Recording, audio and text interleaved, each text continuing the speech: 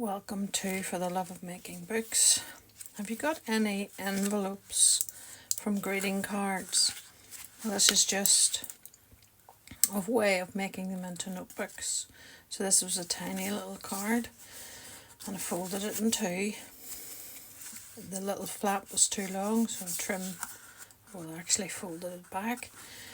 And have you got any scraps of Gelliprint left over? I covered the outside with one piece. That's just a reindeer stamp, a little bead on the 3-hole pamphlet stitch. That's from a book. That's a heart just cut out of another piece of jelly print. It's a very, very small little notebook that I can sell. So I've got one here. You can see even people write names on it. You can just black them out. That's just a greeting card envelope folded in half. You can put the flap at the back or at the front. It's really up to yourself. I'm just basically going to stick these down. I've inked around a lot of the edges. I'm just trying to give a wee bit of balance. So I've got some of this blue here. So off the same jelly print I'll put a bit down here. You can go over, because these scraps are maybe harder to glue down, you can go over it with Mod Podge or matte medium. So again, a bit of balance. I've left some glue patches, so I'll cover those up. Should have glued on a separate piece of paper. I'm just going to work on this side as well.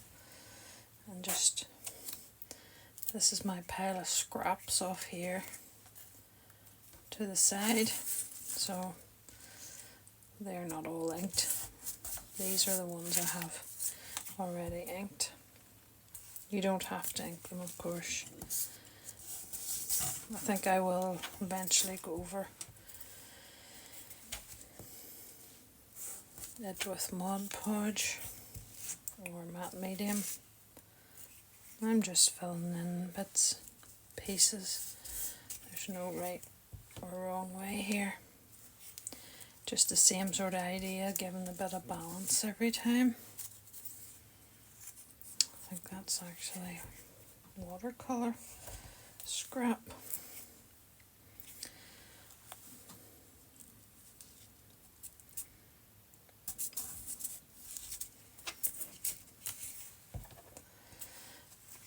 The only thing about using matte medium or Mod Podge is that if you've used, that's a bigger piece, so I'll maybe take it into the inside. Sorry for breaking up my sentences.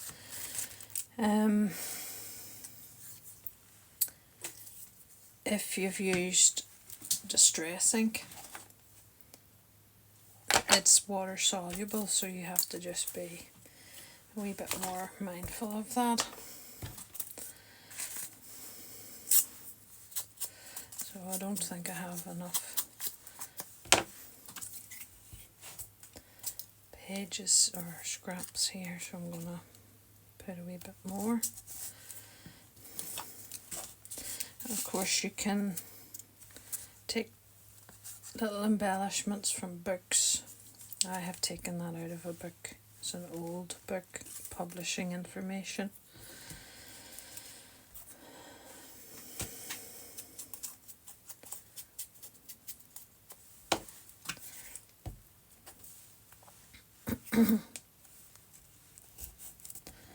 It's giving sort of like a stained glass effect.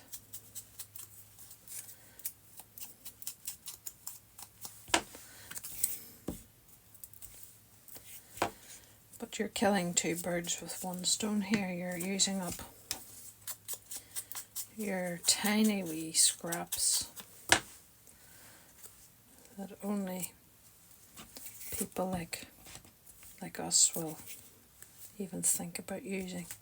And you can overlap them, it gives a wee bit of continuity there.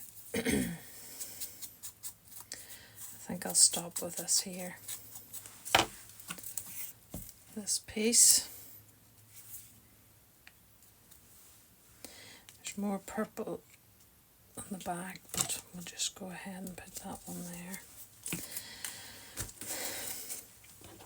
And you can ink the edges.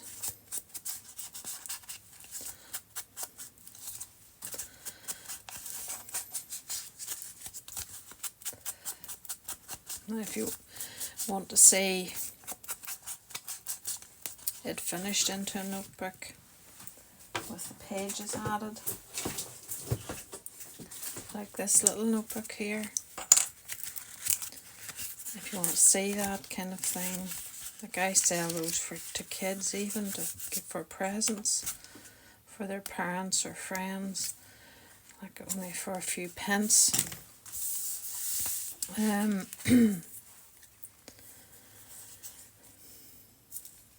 If you want to see me putting in the actual pages, the signature, you can drop a comment down below.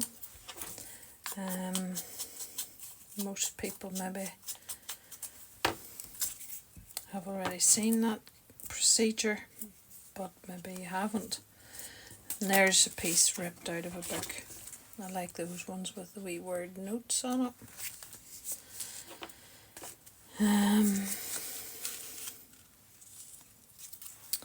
I don't want to stick, I've done that way, so I feel as if this needs to go this way and it's just too big for that. And even,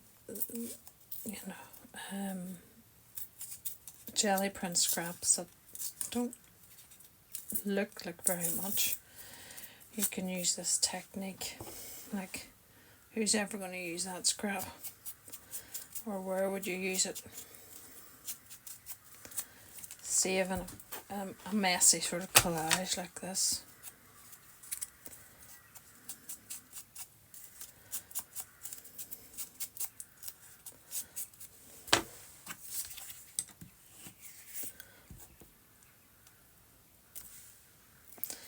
And this is a lot of this pink and green stuff that's left over.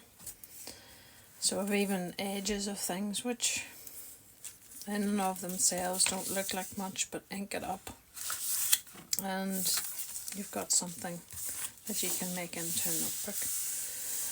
Okay, I'm going to leave it at that. As I said, if you want to see how to make that into a notebook by adding the signature there, you seal up this pocket so it only goes that far. Okay, thank you for watching.